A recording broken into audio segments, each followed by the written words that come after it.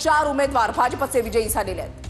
तर कोल्हापूरमधून प्रभाग 3 मधून भाजपचे 4 उमेदवार विजयी झालेले आहेत। राजानंद महाडिक, प्रमोद देसाई, वंदना मोहिते, विजय माने हे जिंकलेले आहेत, विजयी झालेले आहेत।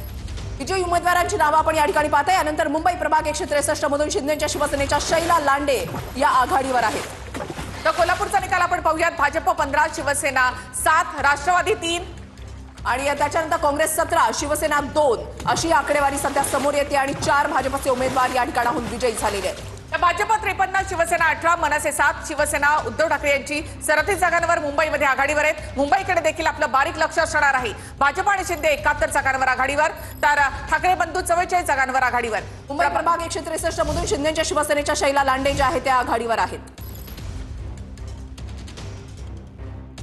भाजप आणि एमआयएम मध्ये काटेकी टक्कर बघायला मिळते। भाजप 10 तर एमआयएम 7 जागांवर पुढे असल्याचं पाहायला मिळतं। या क्षणाची मोठी अपडेट। संभाजीनगरमध्ये भाजप आणि एमआयएम मध्ये काटेकी टक्कर पाहायला मिळते। संभाजीनगरमध्ये भाजप 10 आणि एमआयएम 7 जागांवर आघाडीवर। छत्रपती